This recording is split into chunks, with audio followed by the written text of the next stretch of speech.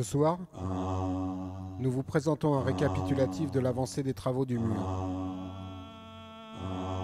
La définition est importante. Le mot mur peut être remplacé par clôture de séparation ou ligne de suture. Le mur existant est d'une longueur de 397 km, soit environ 51,6% de la totalité.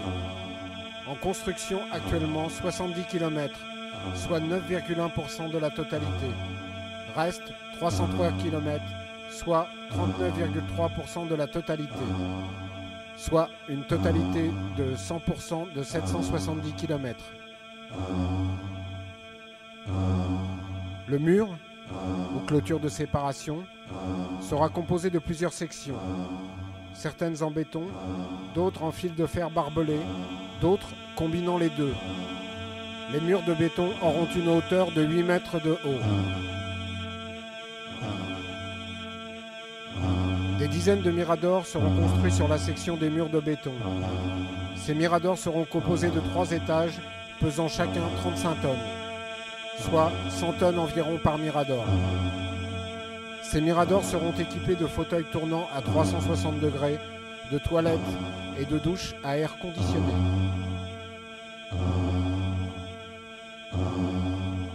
La muraille de béton sera paradoxalement facile à enlever, car elle ne reposera sur aucune fondation.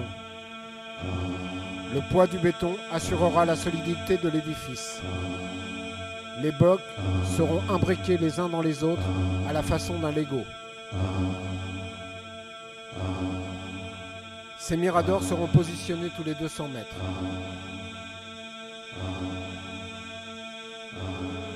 Dans d'autres secteurs, la nécessité se fera sentir de créer une zone tampon, comprenant des tranchées de 5 mètres de profondeur, des clôtures électriques, des fils barbelés et des routes militaires sur une longueur de 30 à 100 mètres.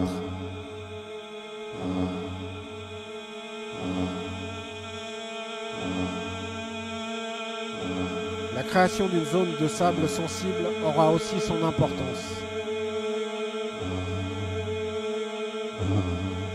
La barrière métallique sera constituée d'une clôture truffée de capteurs électroniques.